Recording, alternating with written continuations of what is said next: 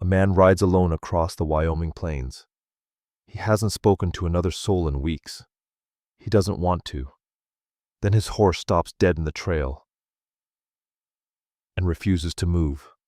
Ahead, a broken wagon, a dead woman, sitting against a shattered wheel. And underneath that wagon, buried in a hole she dug with her own hands, a 7-year-old girl who hasn't eaten or drunk water in 3 days. She's tied a rope around her own ankle so she won't wander off, because her dying mother told her to stay. He offers her water. She doesn't take it. He sits down in the dirt and waits, 1 hour, in silence, until a small, sunburned hand finally reaches out. He doesn't know it yet, but that hand is about to save his life just as much as he's about to save hers. Because there's a man coming for this girl. A man with money, lawyers, and a smile that hides something cold. And before the story ends, Jesse Calloway will have to decide how far he's willing to go to keep a promise he never made out loud. This is Wild West Stories channel, where the dust settles but the stories never fade. If you love tales of frontier courage, unbreakable bonds, and the raw, untamed heart of the American West, you're exactly where you belong. This story reminds us that family isn't always blood. Sometimes it's the stranger who sits in the dirt and waits until you're ready to reach out. And that real strength isn't in the fist you throw. It's in the one you learn to keep at your side. If this story stirred something in you, hit that like button and drop a comment. Tell me, would you have stopped at that wagon? Share this with someone who needs to hear it tonight. And if you haven't already, subscribe and ring that bell so you never miss a story worth staying for. Jesse Calloway had dug enough graves in his life to know which dirt fought the shovel and which gave way. Wyoming dirt in July was the fighting kind. He had been riding the east fence line since dawn, checking posts the summer storms had loosened, doing the work the way he did everything now, alone. His gray mare Dutch was smarter than most people Jesse had ever met, and she stopped dead in the trail before he even thought to pull the reins. Her ears went flat against her skull. She stamped once, hard, and would not move. Jesse leaned forward and put his hand on her neck. "Easy, girl. What have you got?" Then the smell hit him, sweet and wrong and thick in the July heat. The kind of smell that crawled into a man's nose and settled behind his eyes and stayed there for days. Jesse knew it. He had carried it home from the war, from field hospitals outside Shiloh, where boys no older than 16 screamed for their mothers while surgeons took their legs. He knew what death smelled like before his eyes ever confirmed it. The broken wagon sat tilted in a dry wash about 200 yards off the main trail. One wheel had shattered clean through. Spokes fanned out in the dirt like the ribs of some dead animal. The canvas top had half collapsed, and what was left of it flapped in the hot wind like a busted wing. The mule was gone, either run off or taken. Buzzards circled overhead in slow, patient loops, the way they always did, because buzzards had never once been disappointed by the things men left behind. Jesse dismounted and tied Dutch to a scrub oak. He pulled his rifle from the scabbard. Not because he expected trouble, because the prairie had taught him a long time ago to never walk toward death with empty hands. He found the woman on the shaded side of the broken wagon. She was sitting upright against the wheel, or what was left of sitting upright after 3 days in 100-degree heat. Her dress was calico faded blue. Her hair was dark red, tangled with dust and dried sweat. Jesse did not describe her as peaceful. He turned his head and breathed through his mouth and made himself look again. Rattlesnake bite. 2 puncture marks on her left ankle, neat as needle holes, and the black swelling had climbed halfway up her calf. She had fought it. 10 feet away, a dead rattlesnake lay in the dirt, its skull crushed flat by a rock the size of a man's fist. This woman had been bitten, and she had killed the thing that bit her, and then she had sat down against this wheel and died. Jesse removed his hat. He said a prayer he half remembered from a church he had not visited in years. Then he began to assess the situation. The woman was dead. The wagon was wrecked. He needed to report this to the marshal in Elk Creek. But first he checked the wagon bed. He pulled back the canvas flap and looked inside. Scattered belongings, a cracked mirror, clothes spilling from a trunk, a Bible with a pressed flower marking a page in Psalms, a tin cup on its side. But no child, no small body, no bones, no sign that anyone else had been here at all. He checked the perimeter, walked 50 yards in every direction, scanning the brush, the rocks, the open ground. Nothing. If there had been a child, she was gone. Coyote's exposure wandered off into the sage and collapsed somewhere he would never find her. Jesse had seen it before. The territory was full of small graves that nobody knew about. He went back to the wagon and began digging. The ground was baked hard as fired brick. Every shovelful was a fight. The sun bore down on the back of his neck and his shirt was soaked through before he had gone a foot deep. He dug for 20 minutes, maybe more, working in a trench beside the wagon where the shade gave him another hour before the sun found him too. His shovel struck something. Not rock. Rock did not move when you hit it. This moved. Something shifted in the ground beneath him, and Jesse stopped. Silence. Then he heard it. Breathing. Faint and shallow and fast, like a rabbit in a snare, coming from beneath the broken wagon itself. Jesse dropped to his knees and pressed his face to the ground and looked under the wagon bed. In the narrow strip of shade between the front axle and the dry wash floor, a small shape lay curled in a shallow trench that had been scraped into the sandy dirt. A child. She had pulled a piece of canvas over herself like a shroud. Only one hand was visible, and it was gripping a handkerchief embroidered with daisies, and it was not letting go. She had dug herself a den, when the inside of the wagon became a furnace and the shade beside it shrank to nothing. This child had crawled underneath and clawed a hollow in the earth the way a wounded animal digs into the ground to survive, or to die. She had covered herself with canvas, and she had waited. 3 days. Jesse reached under the wagon. The child recoiled so fast she hit her head on the axle. He pulled his hand back. Easy, easy now. I am not going to hurt you. Nothing. Just that breathing, fast and ragged and desperate. The sound of a creature that had been hunted so long it no longer knew the difference between rescue and attack. Jesse unhooked his canteen from his belt, unscrewed the cap, slid it under the wagon, close enough for her to reach but far enough that she did not have to come near him. He stepped back, sat down in the dirt 3 feet from the wagon, and he waited. Minutes passed. The buzzards kept circling, the heat kept pressing, the dead woman kept sitting against the wheel, and the living child kept breathing beneath it. And Jesse Calloway sat in the dirt, and did not move and did not speak, and waited for a 7-year-old girl to decide he was not going to kill her. It took an hour. A small hand reached out from under the wagon. Fingers burnt raw from the sun, nails cracked and dirty, reached for the canteen and pulled it back into the dark.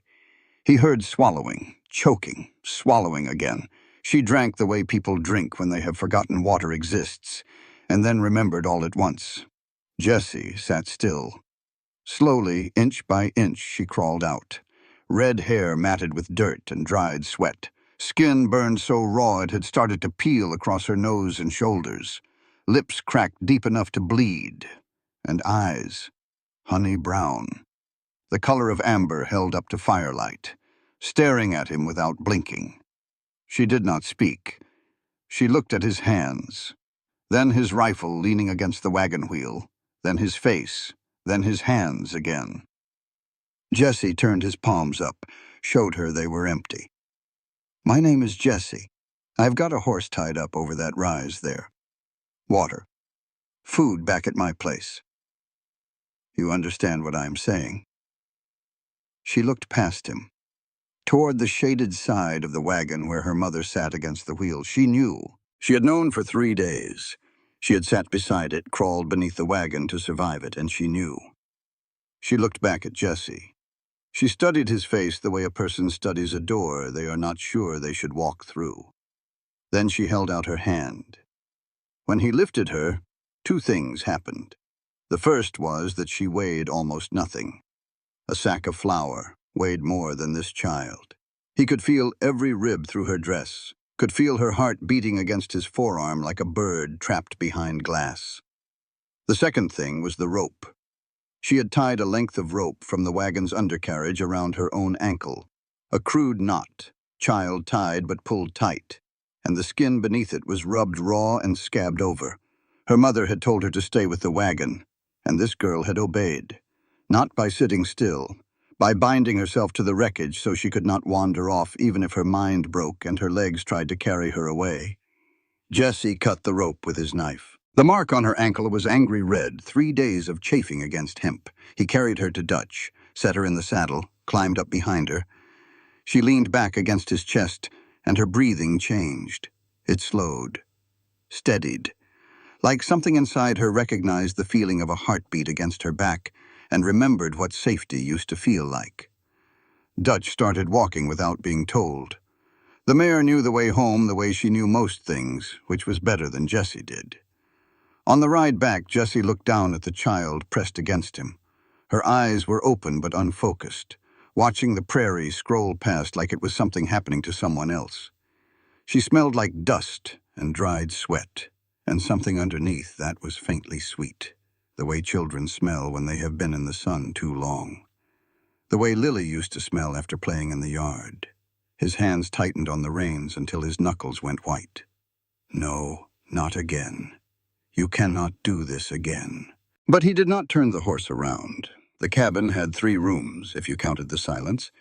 Jesse carried the girl inside and set her at the table. She sat where he put her, and did not move. Her eyes tracked him the way a rabbit tracks a hawk, but she did not speak, and she did not flinch, and she did not ask for anything. The cabin told its own story to anyone who looked. Empty whiskey bottles stacked in a crate behind the wood stove. He had been sober 2 years, but had never bothered to clean up the evidence of the 6 months when he was not. A baby's cradle in the corner draped with a sheet gone yellow with age. A woman's dress still hanging on the peg by the door, mildewed at the hem. Cobwebs thick as cotton in the corners where a man living alone had stopped seeing the point of keeping after them. There were 2 headstones behind the cabin under a cottonwood tree. Hannah Calloway, Lily Calloway. Diphtheria had taken them both on the same November morning 4 years ago, and Jesse had dug their graves in frozen ground with hands that bled and a heart that stopped working properly and had not started again since. He made oatmeal, set the bowl in front of the girl. She stared at it. Then with a movement so fast, Jesse almost missed it. She slid the bowl inside the front of her dress and sat there with her hands in her lap like nothing had happened. She was not eating. She was hiding food. Jesse had seen animals do this. He had seen soldiers do it too, the ones who had been in prison camps where rations were stolen from the weak. This child had learned somewhere that food could be taken from you, that eating could be punished, that the safest place for a meal was inside your clothes where nobody could see it. He did not react. He turned back to the stove, made a second bowl, set it down across from her, sat and ate his own, did not look at her, did not speak. After 10 minutes, she pulled the hidden bowl out from her dress and ate, fast, hunched over, one arm curled around the plate like a wall, guarding it. Nobody is taking it, Jesse said quietly. She did not look up, but she slowed down, just slightly. That first night, she slept on a blanket on the floor. She chose the floor. He did not argue. She curled up tight with her back against the wall and the daisy handkerchief pressed against her cheek, and she closed her eyes and Jesse went out to the porch. He sat in the rocking chair with his rifle across his knees the way he had done every night for 4 years. Except tonight was different. Tonight there was someone breathing inside the cabin, someone alive. The craving hit him like a fist. The single bottle of old Overholt rye whiskey sat in the cabinet 6 feet away through the open door. He had kept it for 2 years as a test. Every day he looked at it and did not drink. He was winning. That was the deal he had made with himself the morning he woke up on the floor with his revolver on his chest and his thumb on the hammer and could not remember putting it there. His hands shook. The bottle was right there. He could taste it in the back of his throat from memory alone. copper and smoke and the warm, spreading numbness that made the silence in the cabin bearable, that made the empty bed and the covered cradle and the headstones under the cottonwood fade into something that did not cut so deep. He gripped the rifle stock instead of reaching for the bottle, counted his breathing the way the army taught. In through the nose, out through the mouth. Inside the cabin, the girl started crying, quiet, muffled. She was pressing the handkerchief against her mouth to hide the sound. Like she had learned that crying was something you did in secret. Like someone had taught her that tears could earn a beating. Jesse listened. His knuckles went white on the walnut stock of the rifle. He did not go inside. She had not asked him to, and he understood better than most that some grief needed to be carried alone before it could be shared. When the crying stopped and her breathing went steady and slow, he exhaled. The last time he had listened to a child fall asleep was 4 years ago. Near dawn, he went inside to check on her. She was asleep on the blanket, but she had pulled Lily's cradle out from under the sheet and dragged it across the floor, and was curled up beside it with one hand resting on the wooden rail, the handkerchief in her other hand. Her breathing was slow and peaceful, and she looked like any child sleeping beside a piece of furniture that meant nothing, but it meant everything. Jesse stood in the doorway and felt something rise in his chest that he had not expected. Rage. Hot and irrational, and aimed at a 7-year-old orphan who had committed the crime of touching his dead daughter's cradle. Do not touch her things. The thought came before he could stop it, and the shame that followed it was so immediate and so crushing that he had to grip the door frame to stay upright. He walked outside, sat on the porch step, pressed his palms against his eyes until he saw stars, breathed until the anger passed. It took a long time. When it passed, he went back inside and sat at the table and opened the journal he had found in the broken wagon. The handwriting was neat in the early pages, slanting and feminine, the writing of a woman who had been educated somewhere back east. As the pages went on, the handwriting got shakier. The entries got shorter. Fear crept into the words like water through a cracked foundation. His brother Victor is looking for us. He knows about the claim. He will not stop. We left Omaha in the night. Victor's man found us there, found us. Birdie did not even have shoes. The last entry was barely legible. Written in pencil, the letters wavering with what Jesse recognized as the tremor that comes with rattlesnake venom working through the blood. Birdie, if anyone finds you, your name is Bernadette Morrison. Your mama is Nora. Do not let anyone named Morrison come near you. Do not, especially Victor. Below it, in writing so faint he had to hold the page up to the lamplight. Baby girl, I am sorry. I thought west would be farther than this. It took 4 hours to dig a grave in Wyoming summer. Each shovelful was a negotiation with stone. They rode back to the broken wagon the next morning because the woman deserved to be buried proper. And Jesse Calloway was not the kind of man who left a body for the buzzards, no matter how much easier that would have been. The girl sat in front of him on Dutch, silent as she had been since he found her. She had not spoken a single word.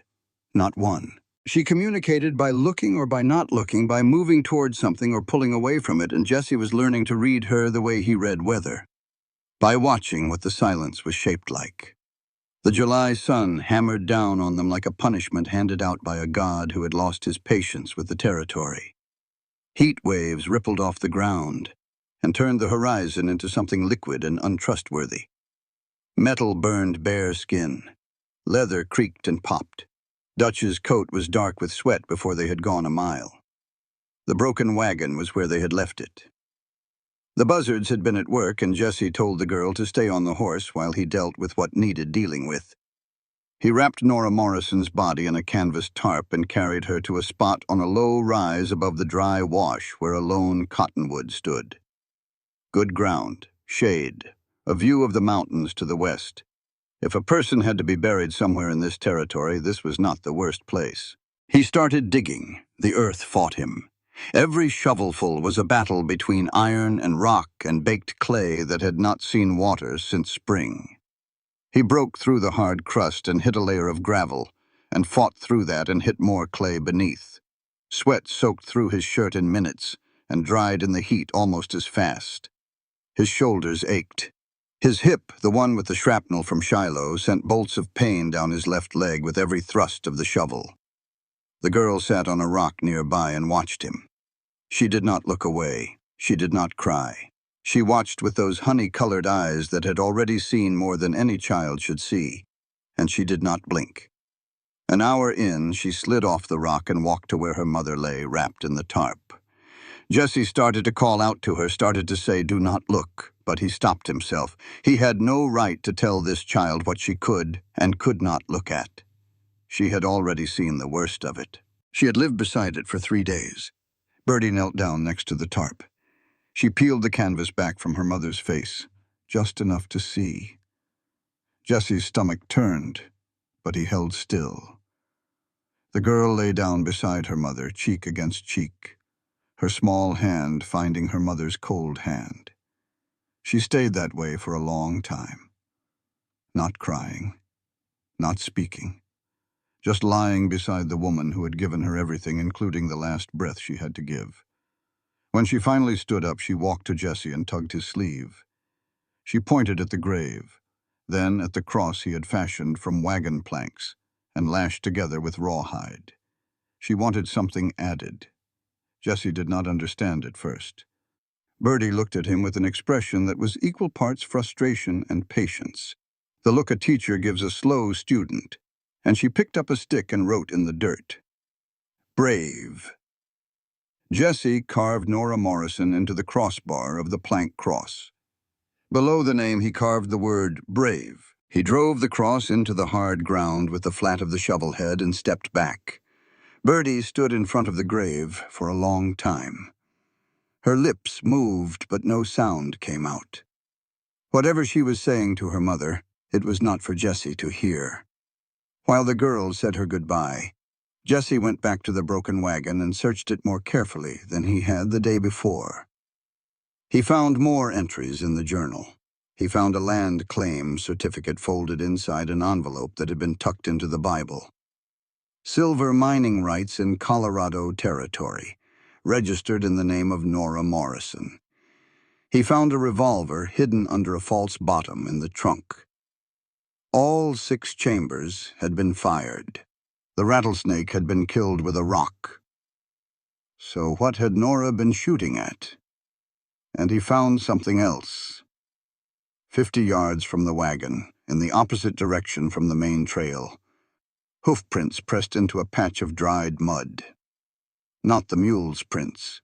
These were shod hooves, narrow iron, the kind of work a city farrier did, not a frontier blacksmith. Someone on a city horse had been here, recently. They had come to the wagon and they had left. They had not taken the child. Jesse looked at the prints for a long time. Then he looked back at the wagon where Bertie had been hiding in her den beneath the undercarriage. Whoever came here either missed her or saw her and chose to leave her.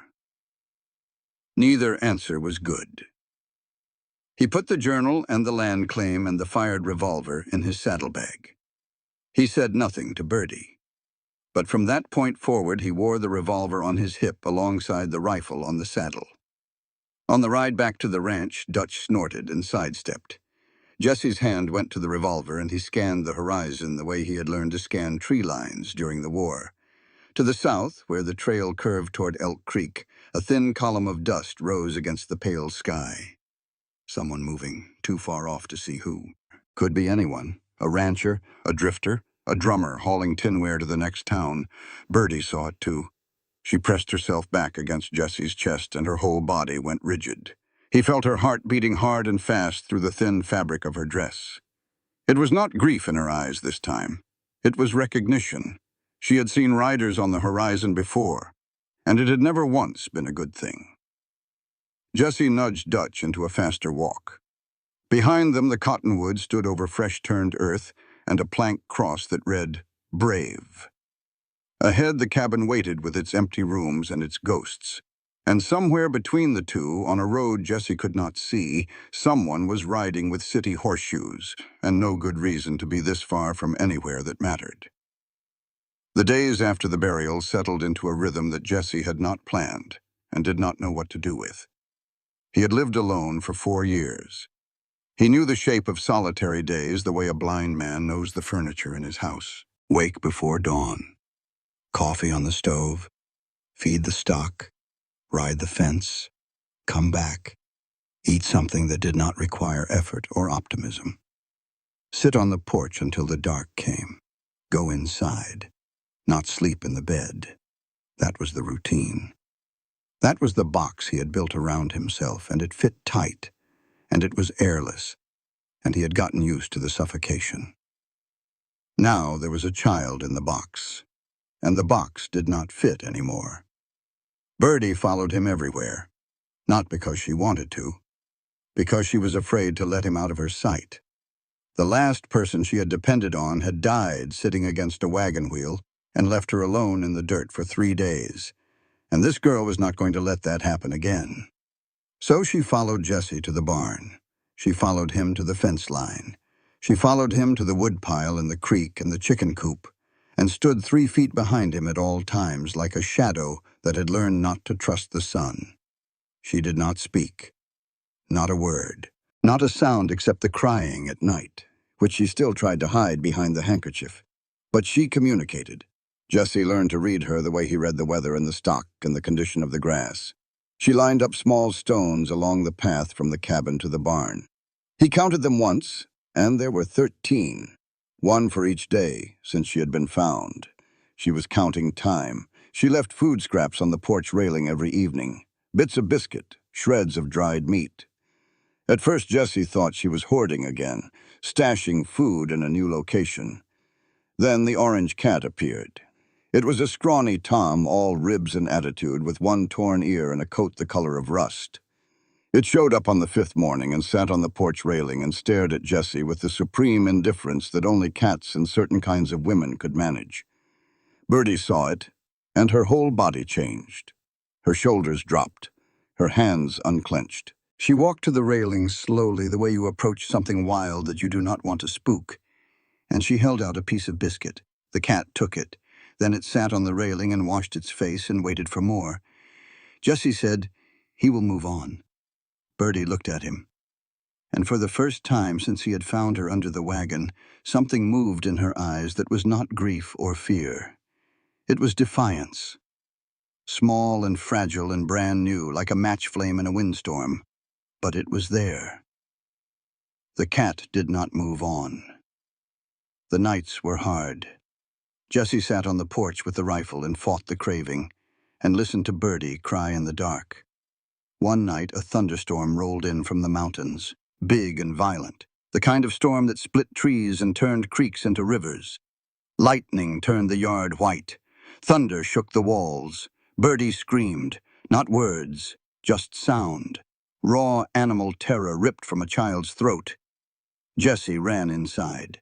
She was pressed against the far wall with her hands over her face, arms up, head down, protecting. The posture of a child who has been hit so many times that loud sounds and sudden movements mean the same thing as a fist. Jesse stopped in the doorway. He did not approach her. He lowered himself to the floor and sat against the wall opposite her. 3 yards of plank floor between them. He did not speak. He did not reach for her. He just sat there and breathed, and let the thunder do its work, and let the girl decide for herself when it was safe. It took 20 minutes. Slowly, 1 finger at a time, she dropped her hands from her face. She stared at him across the dark room. He stared back. Then she crawled across the floor and sat beside him, not touching, just close. Close enough to feel his warmth, close enough to hear his breathing over the storm. They sat like that until the thunder moved east, and the rain softened and the night went quiet again. After Birdie fell back asleep, Jesse walked to the cabinet. He opened it. He took out the bottle of Old Overholt. He held it in both hands and looked at the amber liquid through the glass, and he could feel the warmth of it already, the way it would slide down his throat and fill the hollow places, and make the silence feel like a choice instead of a sentence. He carried the bottle outside, stood on the porch in the dripping dark, poured it on the ground, watched the whiskey soak into the dirt, Then he smashed the bottle against the porch step and stood there with the broken neck in his hand and his whole body shaking. He swept up the glass before morning so Bertie would not cut her bare feet. Pearl Hutchins came on a Tuesday. She drove her buckboard up the road and parked in the yard and climbed down with a crate of supplies that nobody had asked for and nobody was going to refuse. Pearl was 62 years old with gray hair pulled back tight and hands that had buried a husband, raised 6 children alone through 2 droughts, and kept the only general store in Elk Creek running for 30 years by the combined forces of stubbornness and arithmetic. She did not knock. She walked in. She found Bertie sitting on the floor beside the cold fireplace, drawing shapes in the dust with a stick. The orange cat was curled in her lap. The handkerchief was knotted around her wrist. Pearl did not gasp or fuss or drop to her knees with pity in her eyes. She sat down in the chair across from the girl and said, "Well, who is this good-looking fellow?" in a voice that was talking about the cat. Bertie looked up at her. Pearl talked. She talked about her chickens, which she named after women who had wronged her. She talked about her store, and the time a drummer from St. Louis tried to sell her a case of patent medicine that turned out to be mostly turpentine. She talked about the rattlesnake that got into her flour barrel last spring and how she beat it to death with a rolling pin and then had to throw out 20 pounds of flour because nobody was going to buy snake flour, not even Hank Mercer, who would eat just about anything. Bertie listened. For the first time since Jessie had found her, she looked at an adult with something other than fear or blankness. She looked at Pearl Hutchins with something that was close to curiosity. When Pearl stood to leave, Bertie scrambled to her feet. She ran to the door and grabbed Pearl's skirt. Pearl stopped, looked down. Bertie opened her mouth. No sound came out. She closed her mouth, opened it again. Her throat worked. Her eyes filled with something that was not tears but the effort of trying to make a machine work that had been shut down for weeks. Then it came. A voice like gravel dragged across sandpaper, cracked and raw from disuse. 3 words. The cat. His name. Biscuit. Pearl looked at Jessie. Jessie turned away because something was wrong with his eyes, and he was not going to let anybody see it. Pearl pulled Jessie out to the porch while Bertie stayed inside with the cat. "There is a man asking questions in town," Pearl said. Her voice was low and flat and serious. Not a gentleman. A hired hand. Tall, lean, scar on his left cheek, missing 2 fingers on his left hand. He was asking about a red-haired woman traveling with a child in a wagon. Asked real professional, like he had done it before. Then he disappeared. Jessie leaned against the porch post. The city horseshoes, the empty revolver, the mule that was taken. "He came to the wagon," Jessie said. "Before me. I found his tracks." Pearl looked at him. "Did he see the girl?" "I do not know. She was hiding in a hole under the wagon bed. He might have missed her. Or he might not have. The weight of that settled between them like a stone dropped in a well." "Who is he, Pearl?" "I do not know yet. But I aim to find out." That night Jessie taught Bertie the hayloft in the barn. How to climb the ladder quick. How to pull the ladder up after her. How to lie flat on the hay and not make a sound no matter what she heard below. She climbed up and down 3 times. Quick and practiced and smooth. Like she had done it before. Like hiding was a skill she had been taught early in a house where the loud voice came without warning, and the only safety was being somewhere the hands could not reach. Jessie watched her come down the ladder the last time, and he thought about Thomas Morrison. He thought about the kind of man who teaches his own daughter to hide inside her own home. And he thought about finding that man and breaking every bone in both his hands one at a time while the man explained himself. But Thomas Morrison was dead. Killed in a knife fight in a saloon in Abilene, according to what Pearl had heard. The man who had hired the gun hand with the missing fingers was someone else. The brother. Victor. And Victor Morrison was closer than Jessie wanted to think about. On the 11th day, the cat showed up. On the 12th day, it had a name. On the 13th day, Bertie spoke her first real sentence. It was not much of a sentence. She was standing at the barn door watching Jessie saddle Dutch for the morning ride, and she opened her mouth, and what came out was a rasp so rough it sounded like it hurt. "Where are you going?" Jessie looked at her. She was holding the handkerchief in one hand and a piece of Biscuit in the other, Biscuit the cat weaving between her ankles. "East fence," Jessie said. "Checking posts. Are you coming back?" 4 words that carried the weight of 3 days under a wagon and a mother who said she would be fine and was not. "Yeah," Jessie said. "I'm coming back. Can I come?" He should have said no. It was hot already, and the ride was long, and she was 7 years old and barely recovered from 3 days of dehydration and starvation and sun. He should have said no and left her with enough water and food and told her he would be back by noon. He said, "Yeah, climb up." She climbed up onto Dutch like she had been doing it her whole life, gripped the saddle horn with both hands, leaned back against Jessie's chest, and they rode the fence line together. She did not talk much. That was fine. Jessie did not talk much either. But the silence between them had changed. It was not the silence of strangers anymore. It was the silence of 2 people who had decided that the space between words did not need to be filled, just held. Every few minutes, Bertie would point at something. A hawk circling above a meadow, a prairie dog standing on its mound like a sentry, a cluster of wildflowers growing in the shade of a rock. She pointed and Jessie named things for her. Red-tailed hawk, prairie dog, Indian paintbrush. She repeated the names under her breath like she was collecting them, building a vocabulary for a world she had never been allowed to explore. She talked about the cat more than anything else. Biscuit was, according to Bertie, the smartest animal she had ever met. Smarter than the mule, smarter than Dutch, which Jessie took personal offense to. Smarter than most people, which Jessie had to admit might be true. She did not talk about her mother. She did not talk about the wagon or the 3 days or the snake or the man who used to hit them.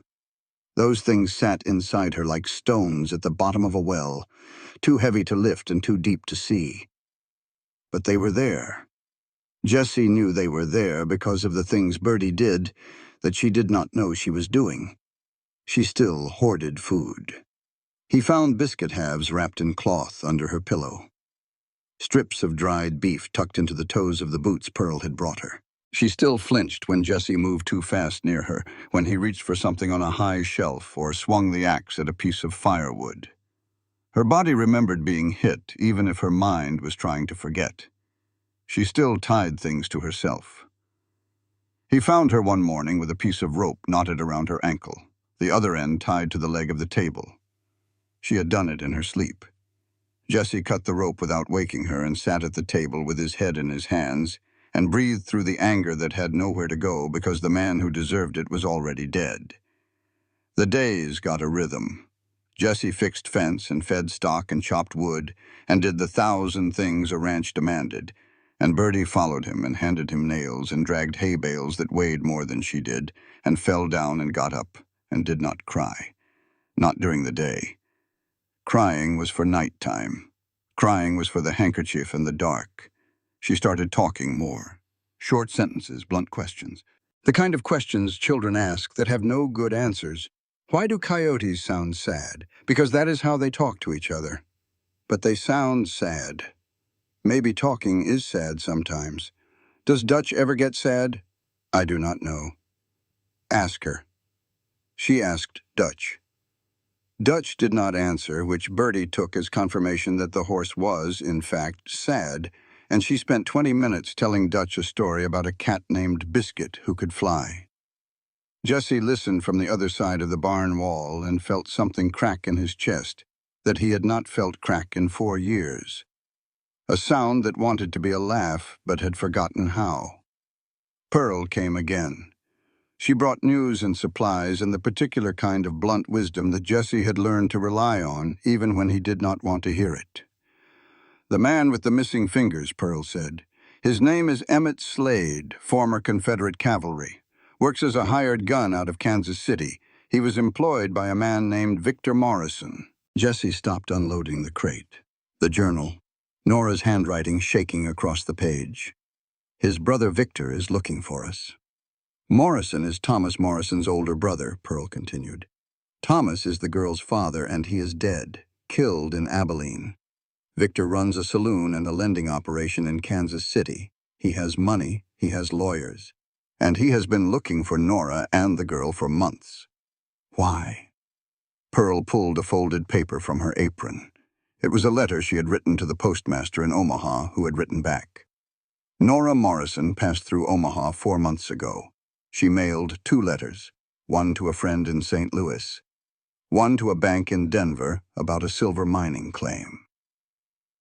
Jesse pulled the land claim certificate from his coat. Pearl read it.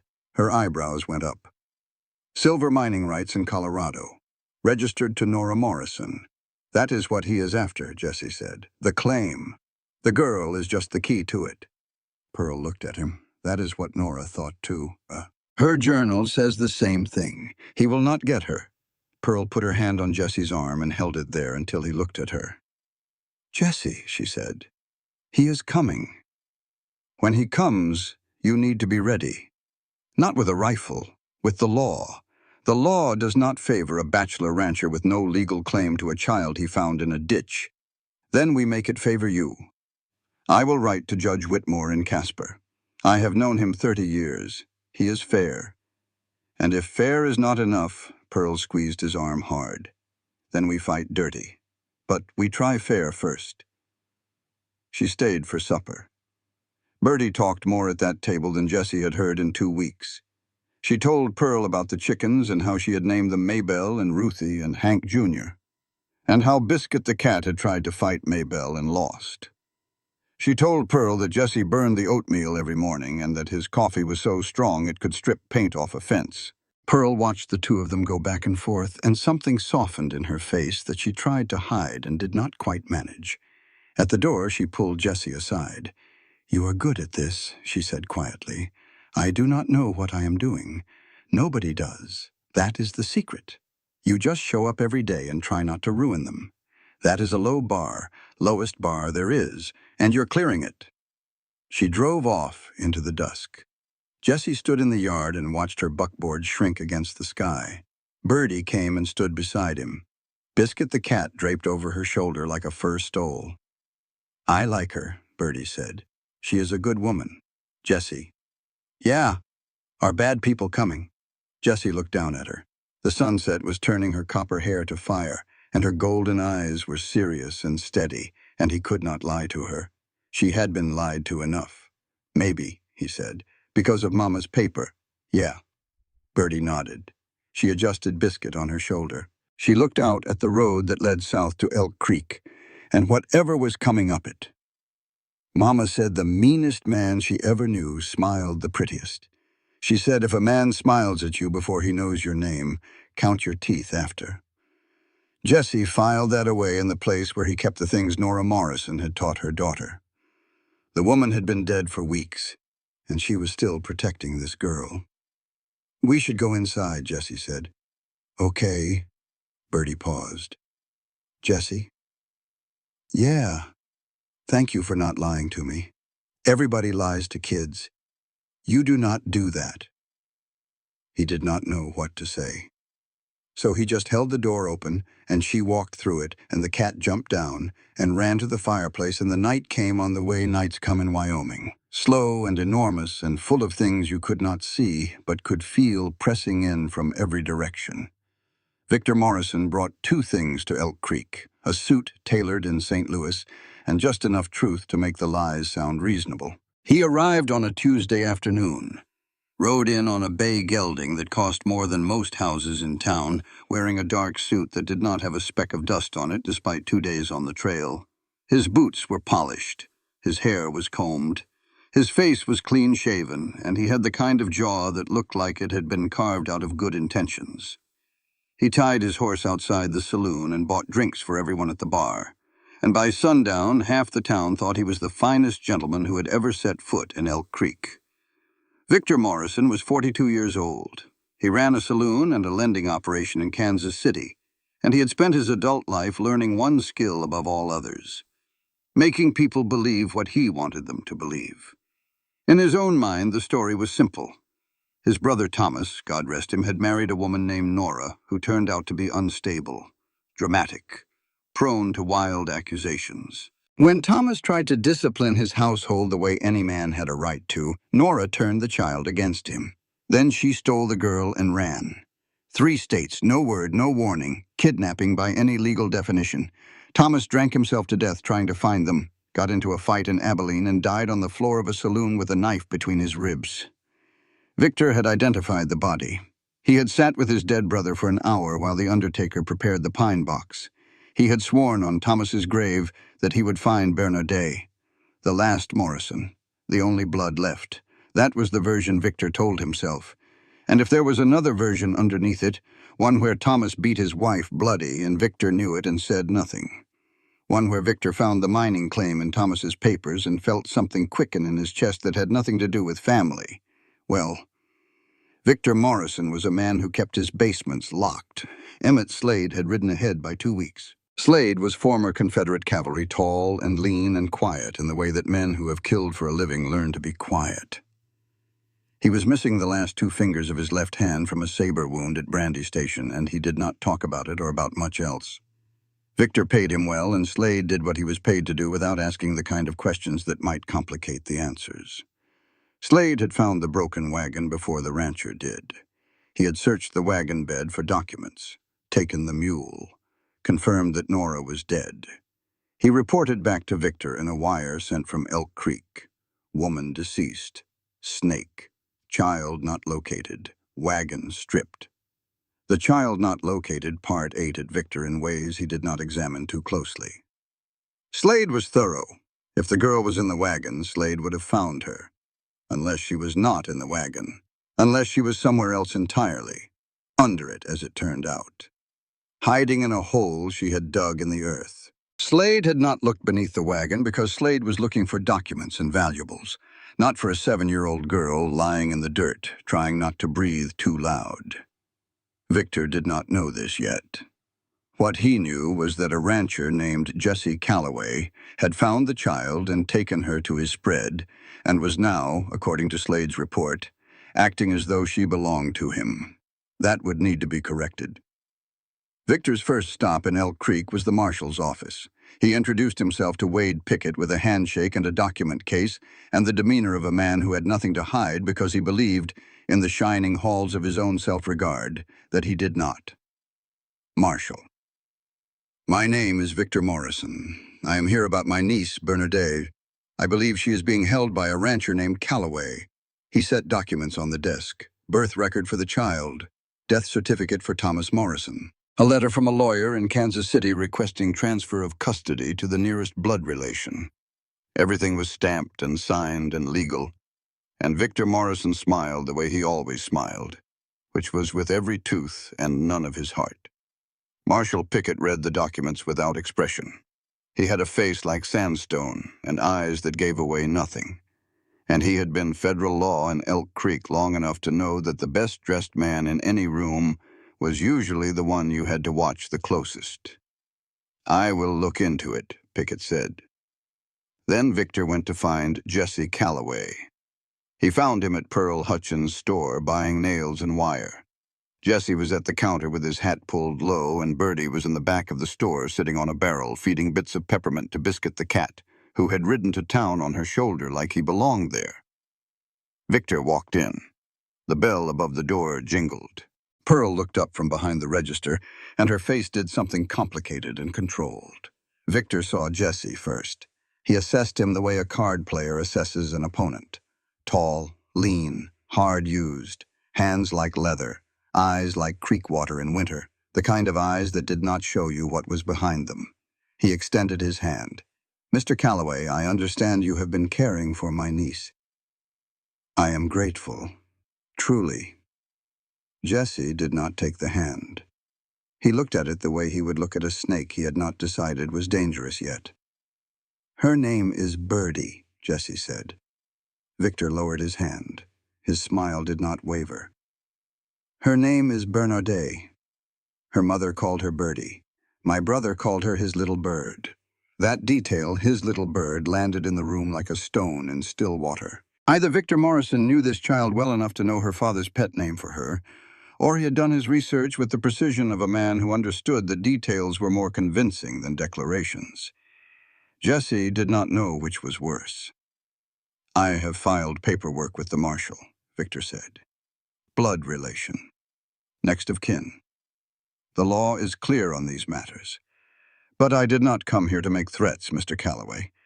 I came to thank you for keeping her safe, and to discuss how we might handle this like civilized men."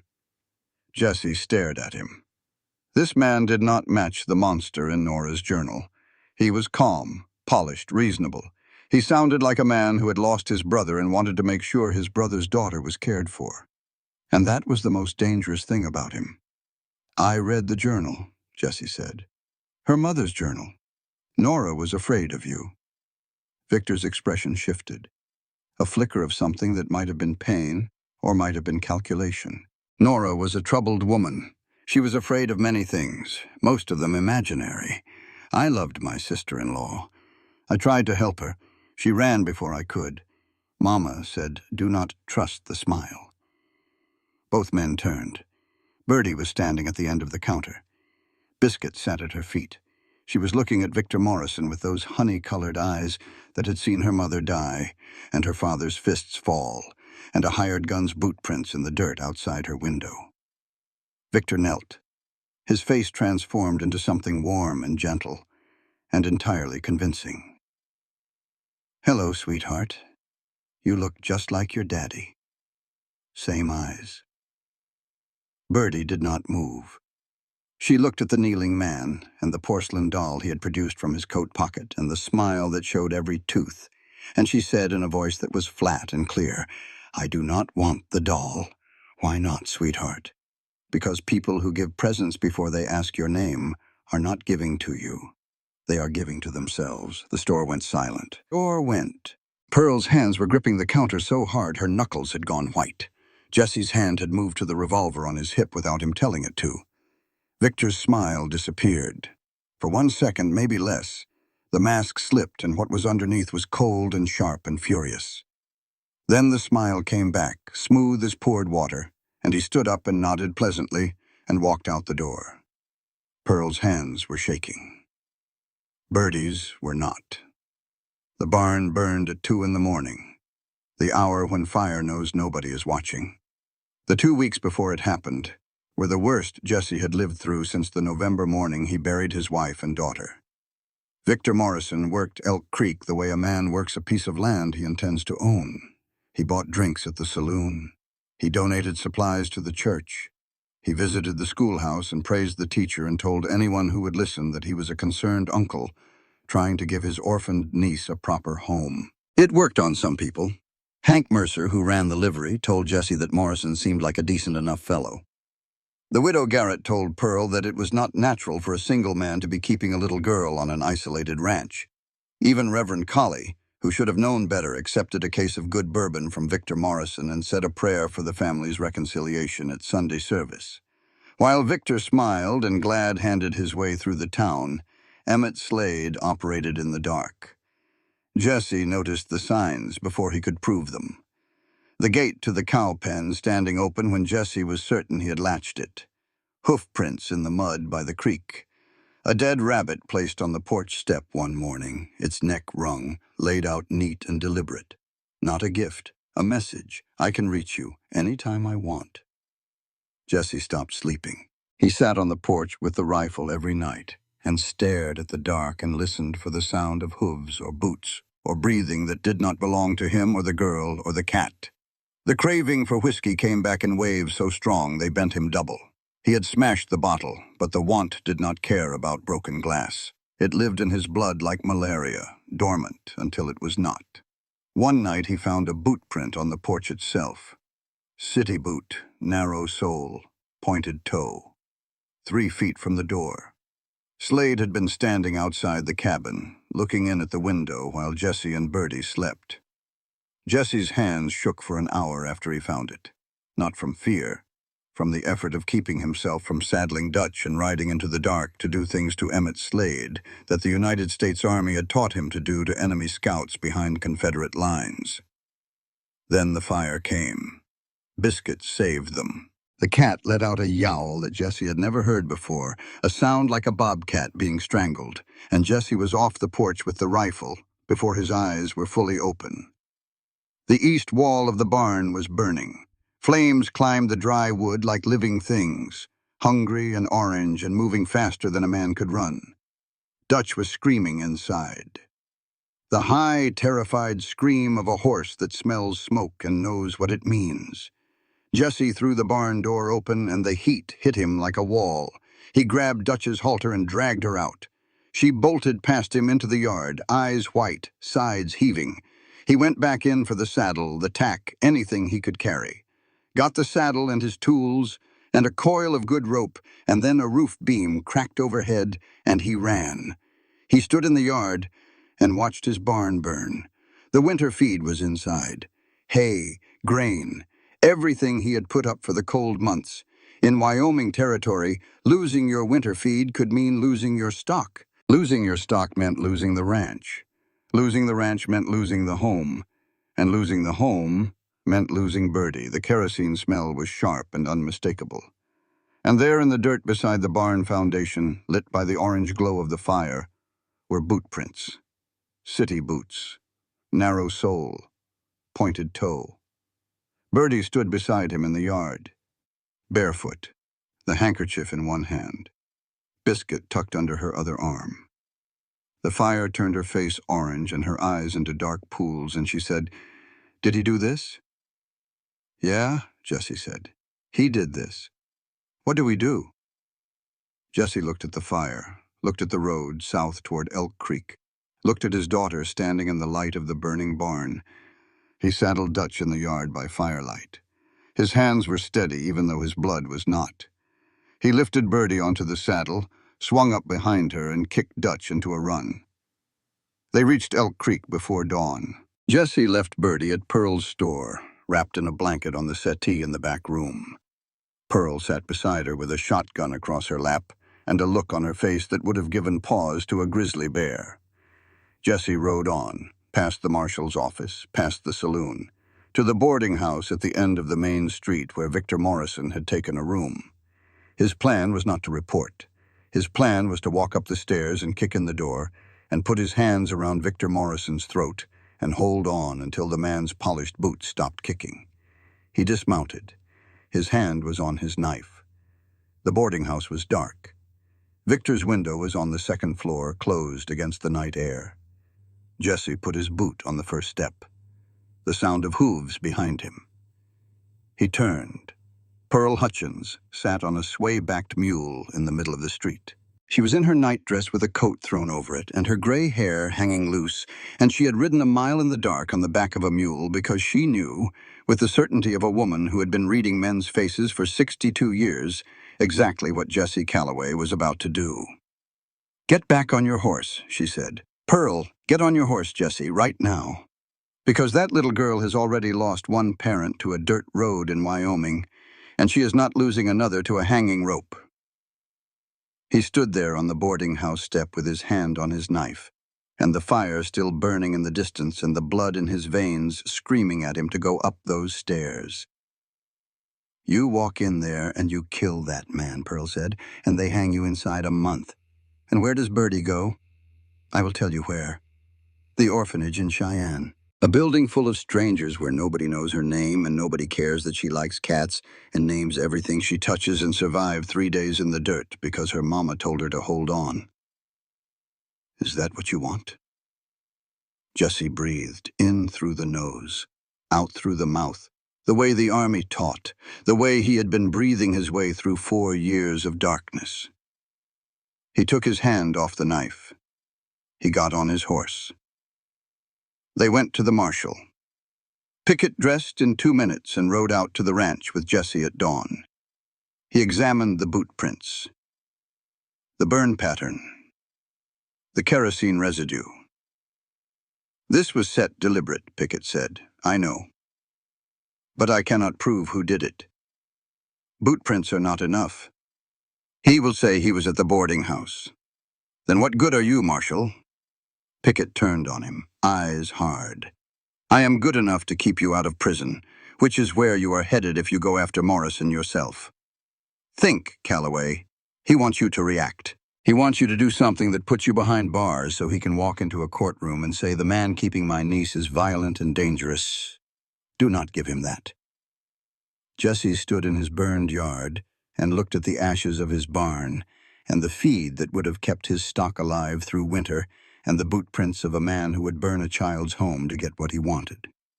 "Fine," Jesse said, "but if he comes on my land again, I will handle it my way. I will pretend I did not hear that." The neighbors came. Jesse had not expected that. Tom Henderson from the next ranch over showed up with a wagon load of lumber. His wife brought pies. The Garza brothers from the spread to the south brought nails and muscle and worked without being asked and without asking for anything back.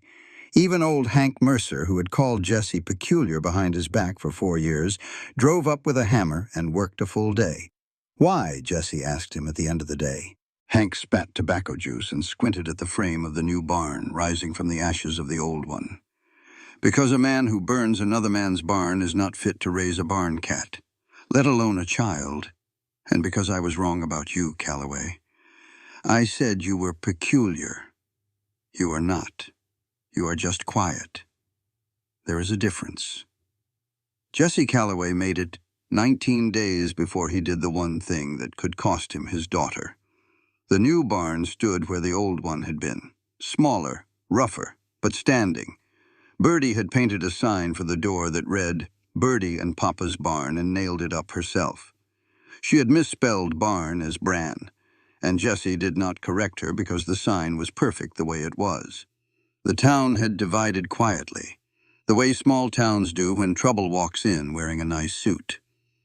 Half of Elk Creek believed Victor Morrison was a grieving uncle trying to do right by his niece.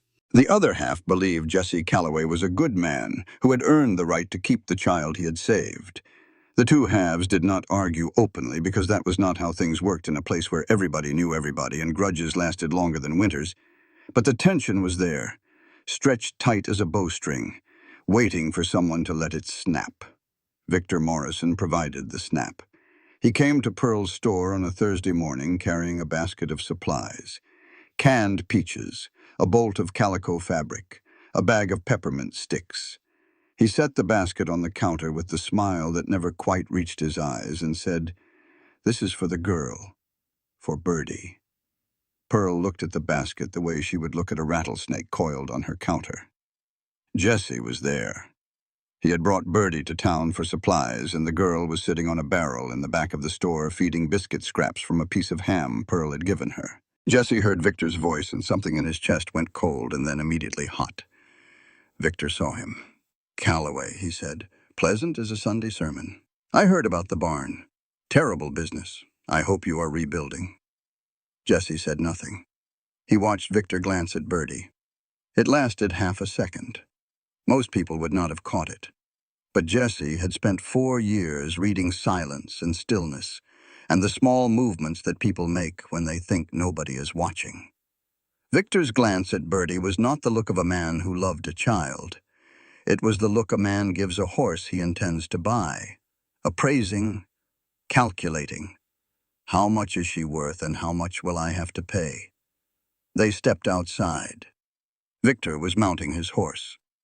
Jesse watched the man's polished boots find the stirrups, and the careful way he settled into the saddle, and the last thin thread of control Jesse had been holding on to for 19 days broke. He grabbed Victor Morrison by the lapel of his fine suit and dragged him off the horse and hit him. One punch, hard, clean. It broke Victor's nose with a sound like a green stick snapping, and Victor went down in the dirt of Elk Creek's main street, with blood running through his fingers and his polished boots scuffing the ground. Jesse stood over him, breathing hard. His right hand was split across the knuckles, blood on his fist that was not his.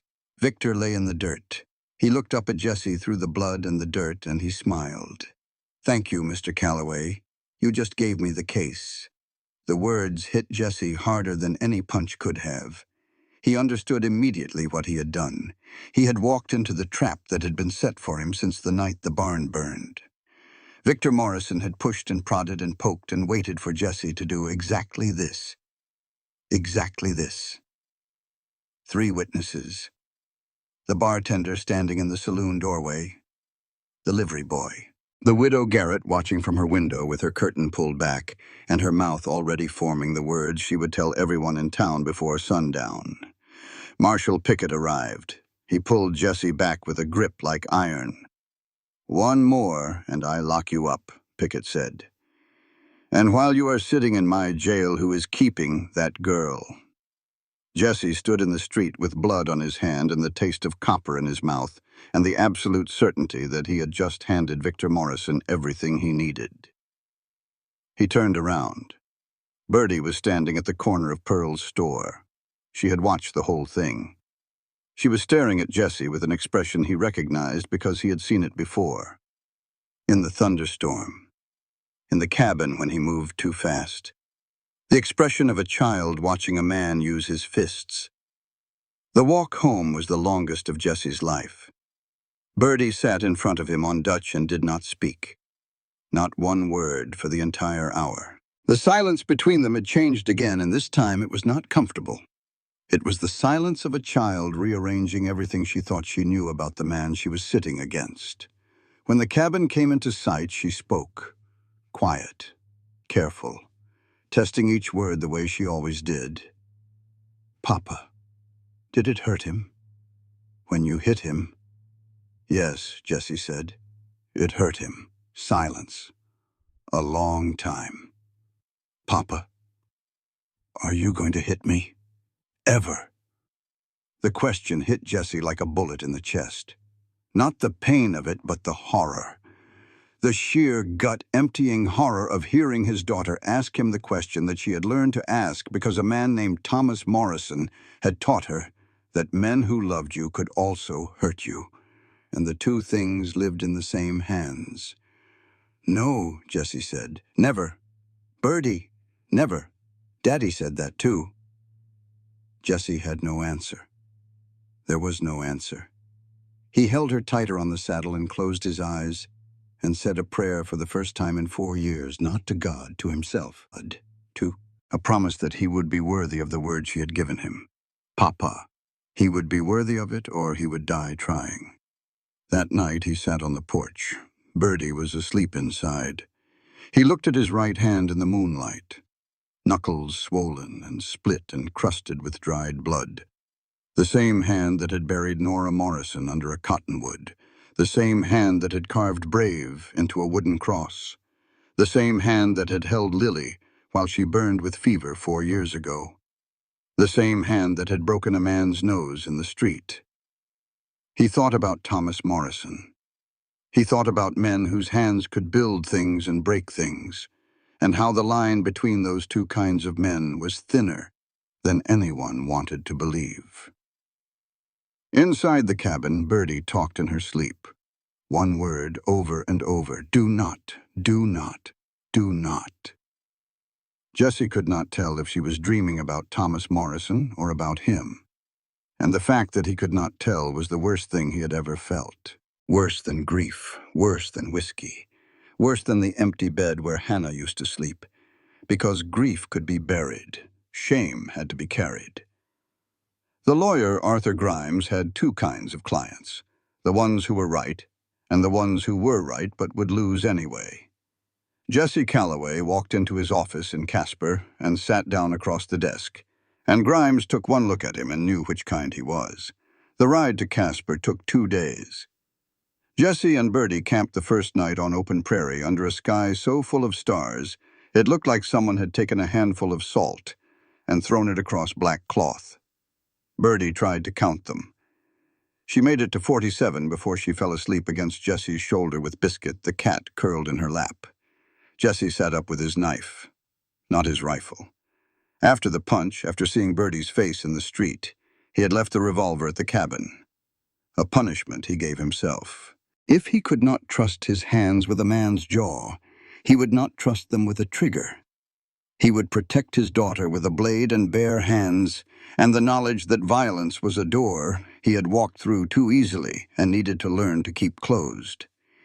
During the night, he heard hoofbeats. Faint at first, then closer, then holding steady about a quarter mile south, someone riding parallel to them. matching their pace, not approaching, not retreating, just there. Jesse doused the campfire, pulled Birdie into the darkness behind a rock outcrop, held his knife, and waited. The hoofbeats passed, faded east, disappeared. In the morning, Jesse found tracks 30 feet from where they had camped. City-shod hooves, narrow iron. Emmett Slade had ridden within spitting distance of them in the dark and kept going. Not because he could not find them, because he wanted Jesse to know he could. Grimes was 60 years old, thin as a fence post, spectacles that sat crooked on his nose, no matter how many times he straightened them. Ink stains on both hands and a voice like dry paper being folded. His office smelled like pipe tobacco and old decisions. He listened to Jesse's story without interrupting. Then he leaned back and took off his spectacles and rubbed his eyes and said, "You have got a problem, Mr. Calloway." "I know I have got a problem. I need a solution." Grimes tapped the desk. "Blood trumps rescue. That is the law in this territory. An uncle with documentation has a stronger claim than a man with no papers and no legal standing, even if the uncle is a crook." "Prove he is a crook," Jesse said. "Can you?" Grimes read Nora's journal entries. He read the mining claim certificate. He read the letters Jesse had found in the wagon. When he finished, he set them all down and tapped the certificate. "This is the key. If we can demonstrate that Morrison's interest is financial and not familial, a good judge might consider that." He paused. "Might is the best I can offer." "And the punch," Jesse said. "The punch is bad." Grimes did not sugarcoat it. "Morrison has filed an assault complaint. His lawyers will present it in court as evidence that you are violent and unstable. You handed the other side their best weapon." Jesse sat in the chair and felt the weight of his own stupidity settle on his shoulders like a yoke. "What do I need?" Jesse asked. "Witnesses to your care of the child. Character references from people in Elk Creek. Evidence of Morrison's financial motive. And ideally," Grimes looked at him over the crooked spectacles, "someone from inside the Morrison family who can testify to his true intentions." Jesse put $21 on the desk, half of everything he had in the world. Grimes looked at the money, looked at Jesse. "I charge $3 a day plus expenses. This covers a week. Then we better win in a week." Grimes almost smiled. "I will take the case, Mr. Calloway, but you need to understand something. If we lose, the court will order you to surrender the child. If you refuse, you will be in contempt. They will send marshals. It will not end well.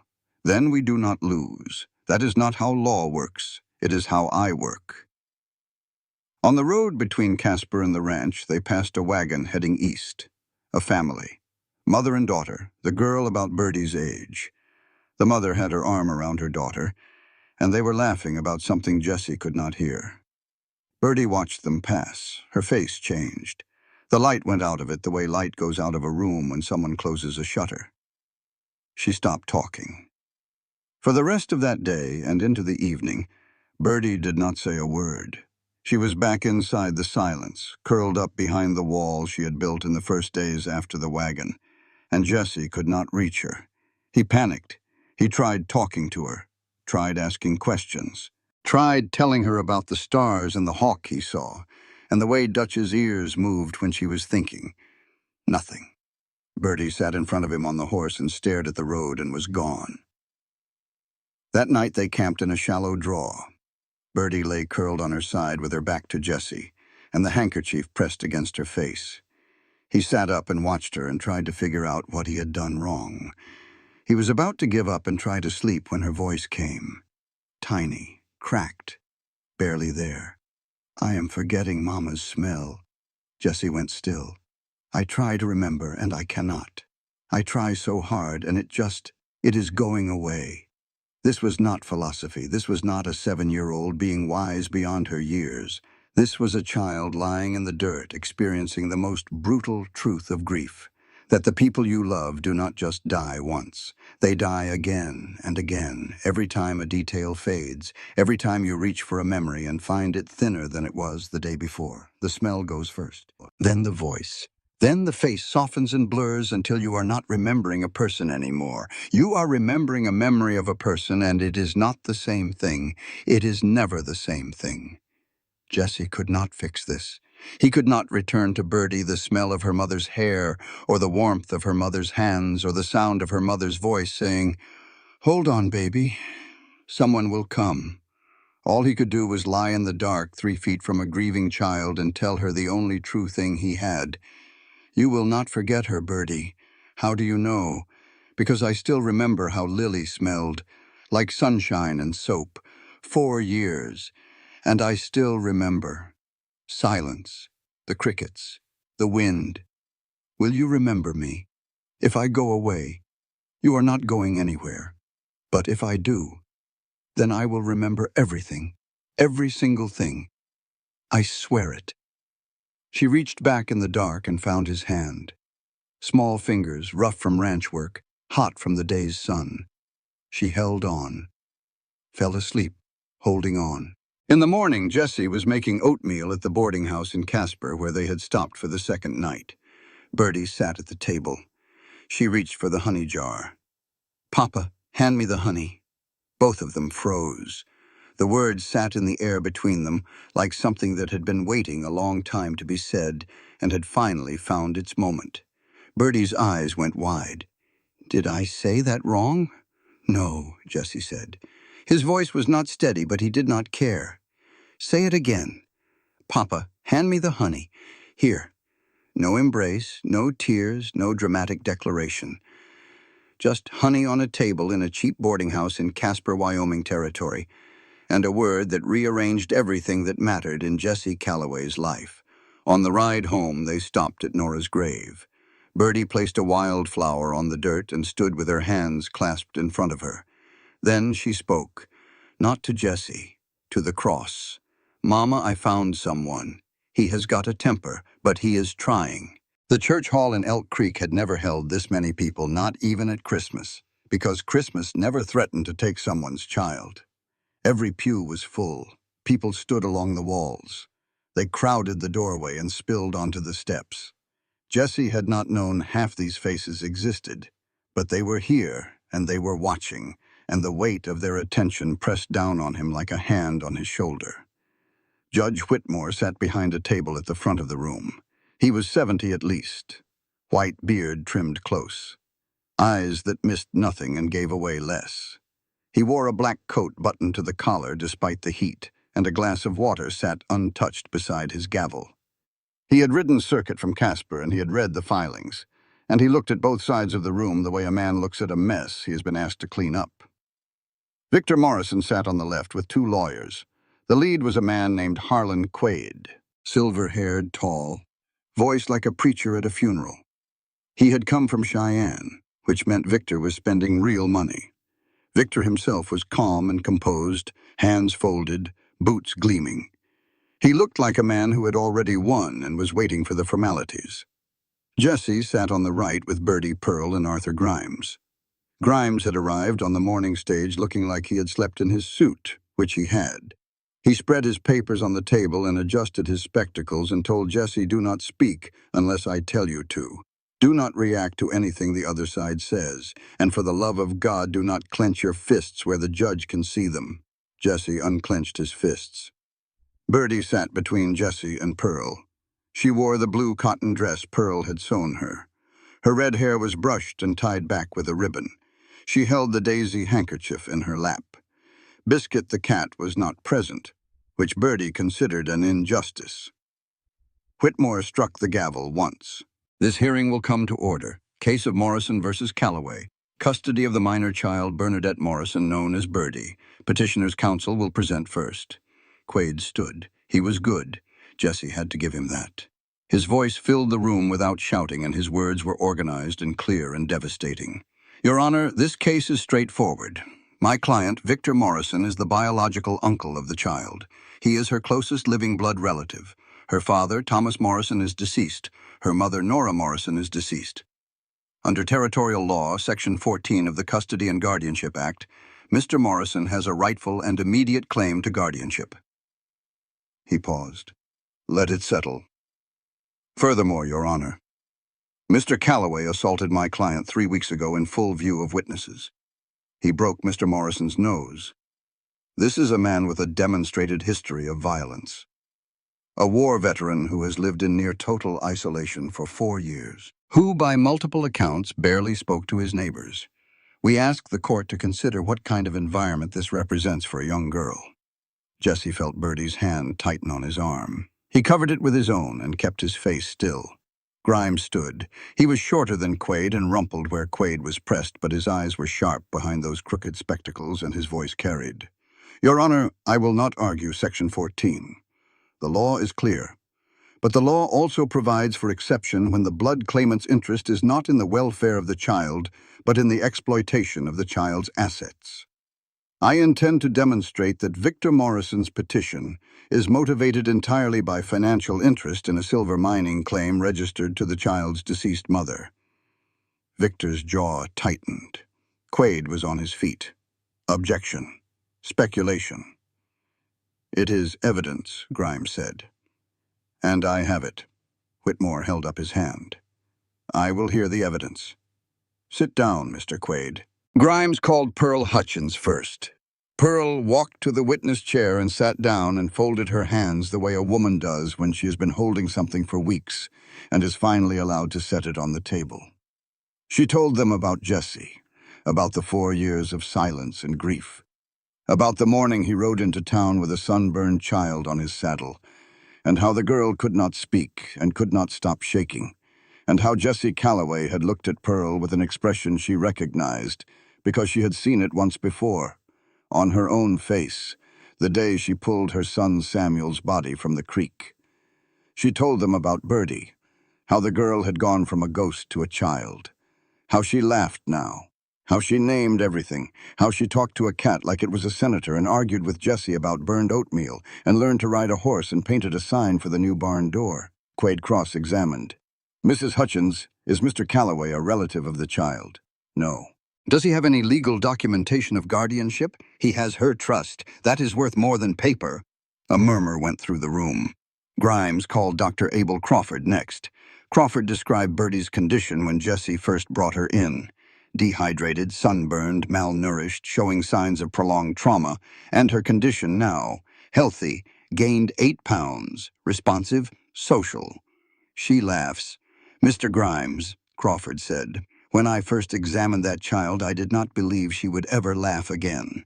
Quaid stood for cross-examination. Doctor, have you consumed any laudanum in the past 24 hours? The room went quiet. Crawford's face colored. Victor had done his homework. Crawford straightened in his chair. I take laudanum for shrapnel in my hip from Antietam.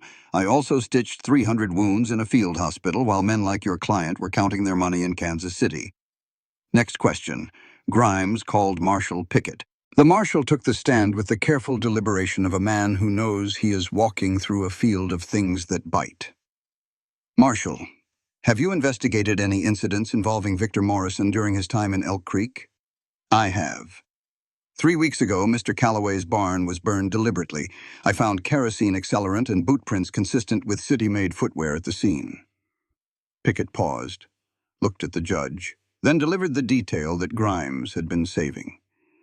I also matched hoof prints at the burn site to hoof prints found at the Morrison wagon where the child was originally recovered. The same horse, city shod, was present at both locations.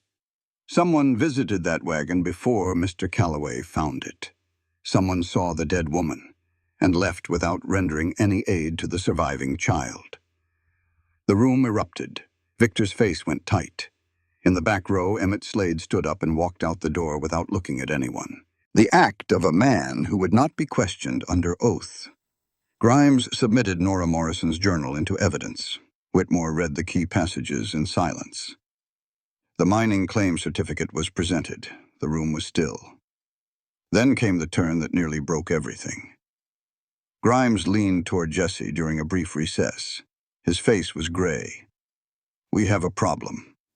Mrs. Morrison was supposed to arrive on the morning stage from Casper. She was not on it.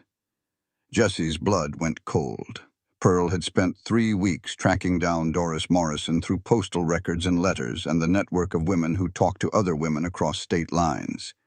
She had found Doris in Kansas City, written to her, told her everything, asked her to search her conscience.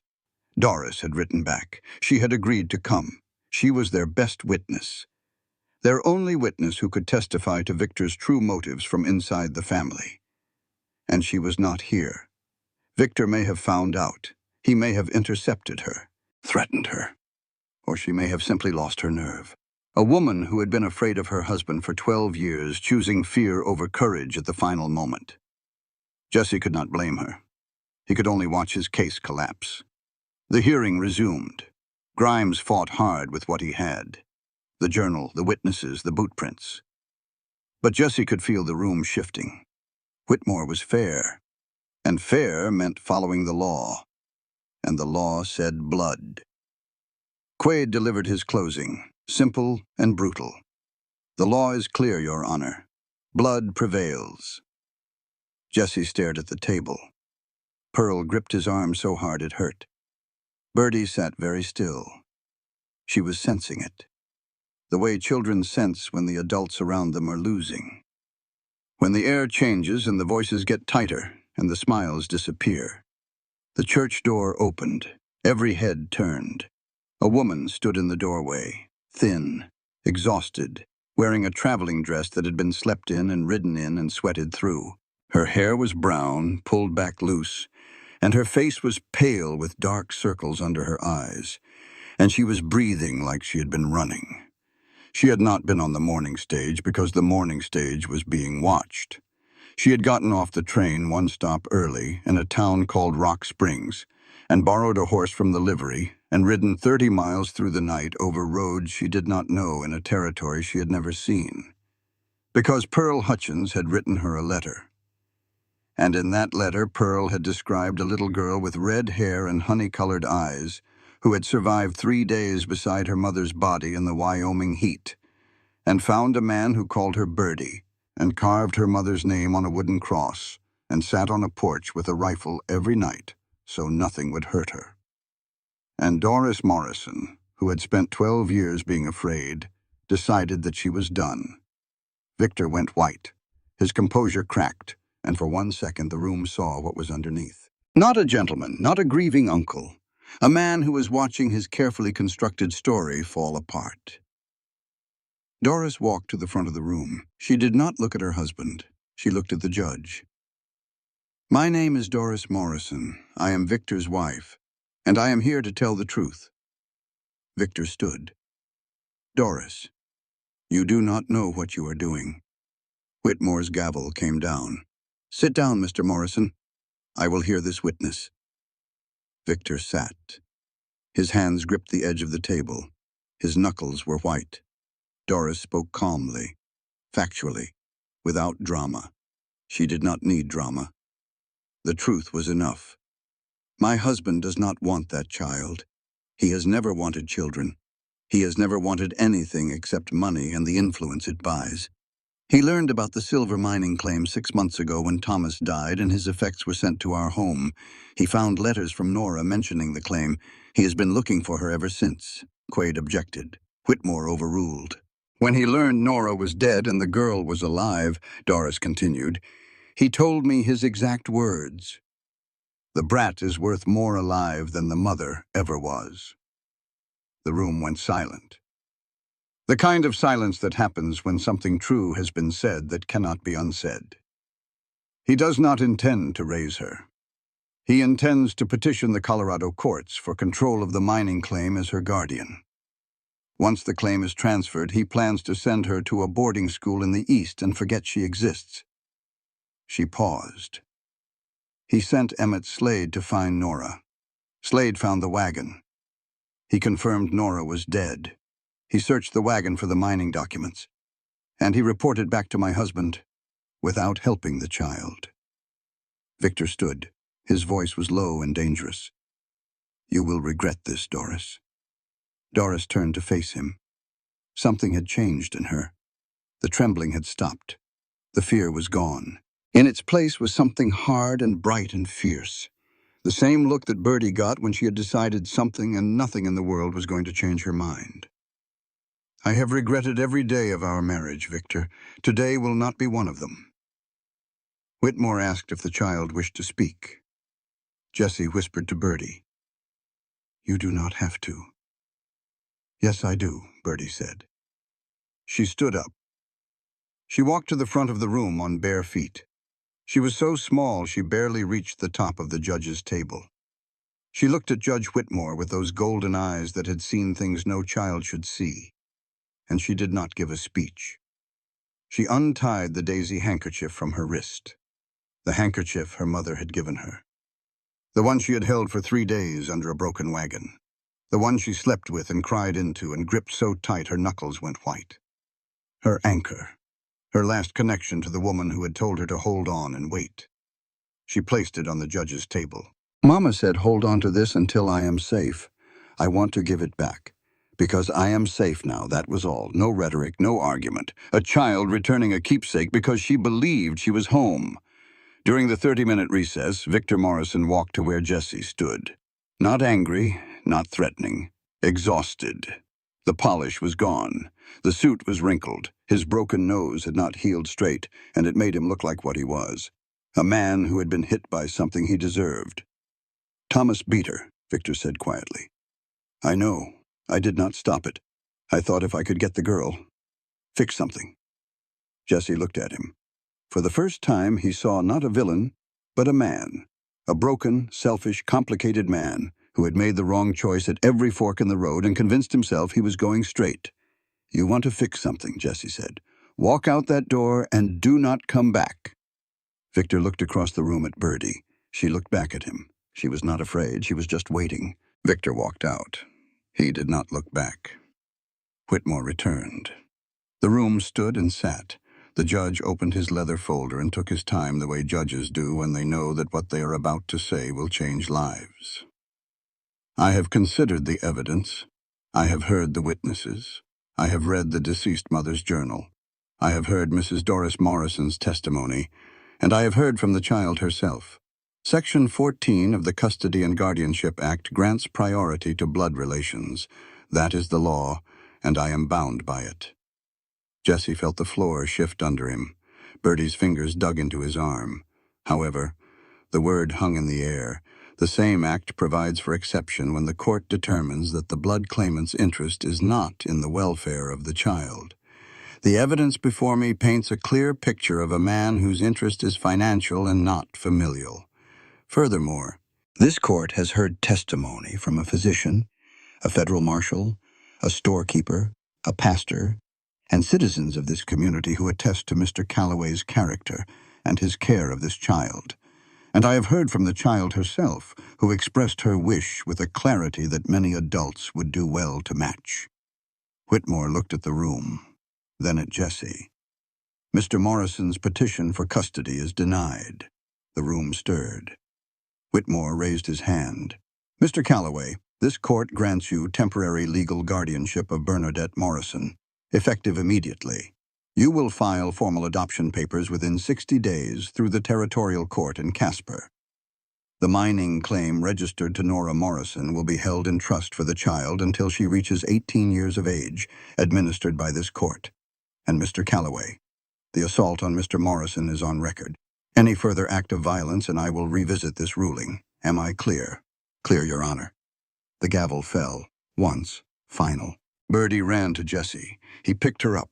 She wrapped her arms around his neck and pressed her face into his shoulder and cried. Not the quiet, hidden crying of a child who had learned to grieve in secret. The full, open, loud, shaking crying of a little girl who had just been told she could keep her father. "Papa, Papa, Papa, right here. I am right here." Pearl had tears running down her face and did not bother wiping them. Grimes shook Jessie's hand, and his crooked spectacles were fogged. Tom Henderson was grinning from the back row. Hank Mercer blew his nose into a handkerchief and pretended it was the dust. Bertie pulled back and looked at Jessie with a face that was wet and red and shining. "We won. We won, Bertie. For real. For real. Forever. She hugged him again so hard he could not breathe, and he did not care. Later, Bertie walked to the back of the room where Doris Morrison sat alone. Nobody had spoken to her. Nobody had sat with her. She was staring at her hands in her lap, the hands of a woman who had just burned her life to the ground to save a child she had never met. Bertie stood in front of her. Doris looked up. Bertie held out the handkerchief, the daisy handkerchief, the one she had just placed on the judge's table and been given back. "For your trip," Bertie said, "so you are not alone." Doris's eyes filled.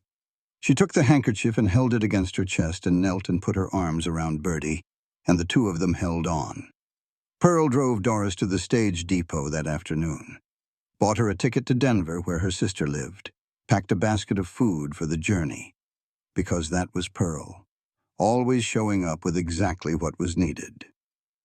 The adoption papers arrived on a Tuesday, a day when nothing special happened, which was the most special thing of all.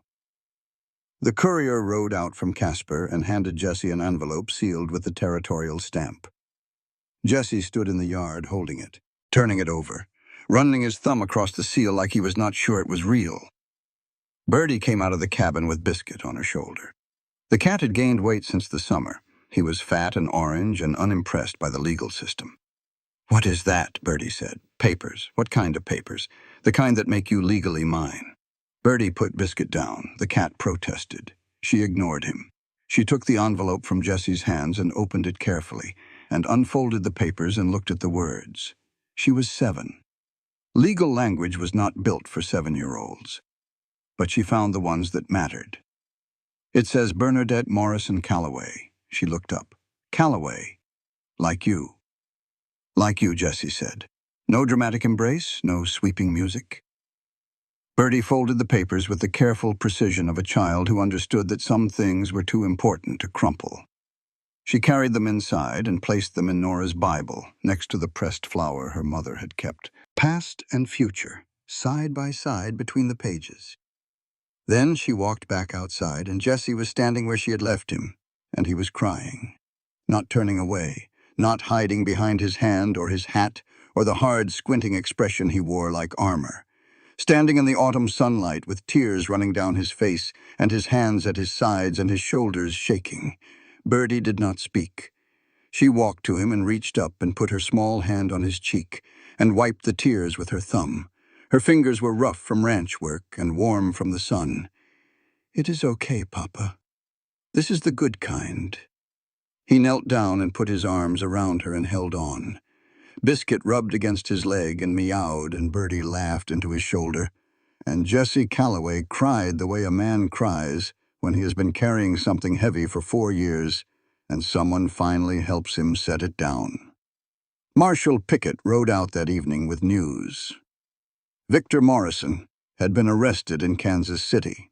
Territorial investigators, acting on complaints filed by Doris Morrison in Denver, had uncovered a pattern of forged land deeds stretching across 2 states, swindling settlers out of property, bilking widows, running fraudulent lending schemes through his saloon. He had been charged and would stand trial in the territorial court in Kansas City. If convicted, he was looking at 10 years in the state penitentiary.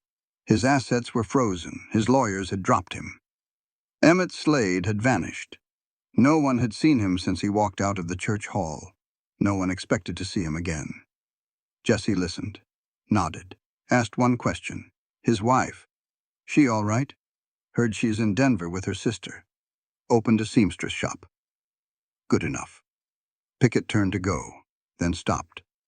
"Calloway, I owe you an apology." "For what?" "For doubting. When you brought that girl in, I thought it was a mistake. Thought she would end up at the orphanage in Cheyenne, and you would go back to being alone, and that would be the end of it. I was wrong. You are a good father." "Thank you, Wade. Do not call me Wade. You called me Jessie last month. That was a slip." "Sure it was." Pickett almost smiled. Then he mounted up and rode into the dusk, and Jessie watched him go and folded the wire and put it in his pocket and stood in the yard of the ranch that had been a coffin and was becoming a home. Birdie visited the cottonwood behind the cabin that evening. Hannah and Lily's headstones, weathered gray, the names carved deep. She placed wildflowers between them and sat down on the grass and talked. Jesse watched from a distance. He could see her lips moving but could not hear the words. He did not approach. That was her space. Her conversation with the family that had come before her. After dark, Jesse walked to the cottonwood himself. He sat down against Hannah's headstone the way a man sits against a wall at the end of a long day. He stretched his legs out, looked at the stars.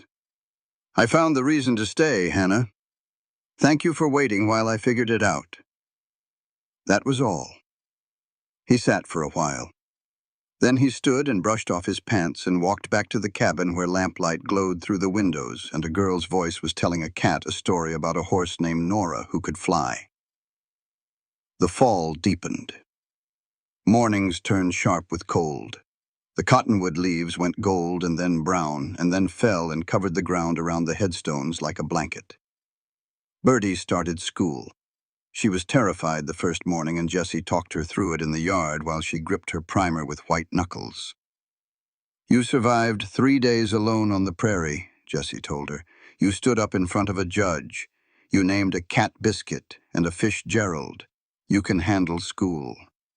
"What if nobody likes me?" "They will like you. What if they make fun of my hair? Your hair is the best hair in Wyoming territory. That is not saying much." She went. She made a friend within 6 hours. Sadie Henderson, the neighbor's youngest, blonde, gap-toothed, loud as a train whistle. They were inseparable by sundown. Jesse began talking to the neighbors, not by choice. Birdie dragged him into the world the way a current drags a log downstream. "Papa, Mr. Henderson wants to borrow the shovel. Then let him. He says you have to bring it yourself." "Why?" "Because that is what people do." He brought the shovel. Henderson invited him for coffee. He said yes because Birdie was watching and he had promised himself he would be the kind of man who said yes to things instead of closing the door. Late autumn dusk, the last chapter of a story that had started in July, heat beside a broken wagon, and a dead woman and a child who had dug herself a grave to survive. Jesse sat on the porch, not with a rifle, with a knife, carving a wooden horse for Birdie. She had asked for one after seeing them in a store window in Casper. She wanted to name it Nora, after her mother. He carved carefully.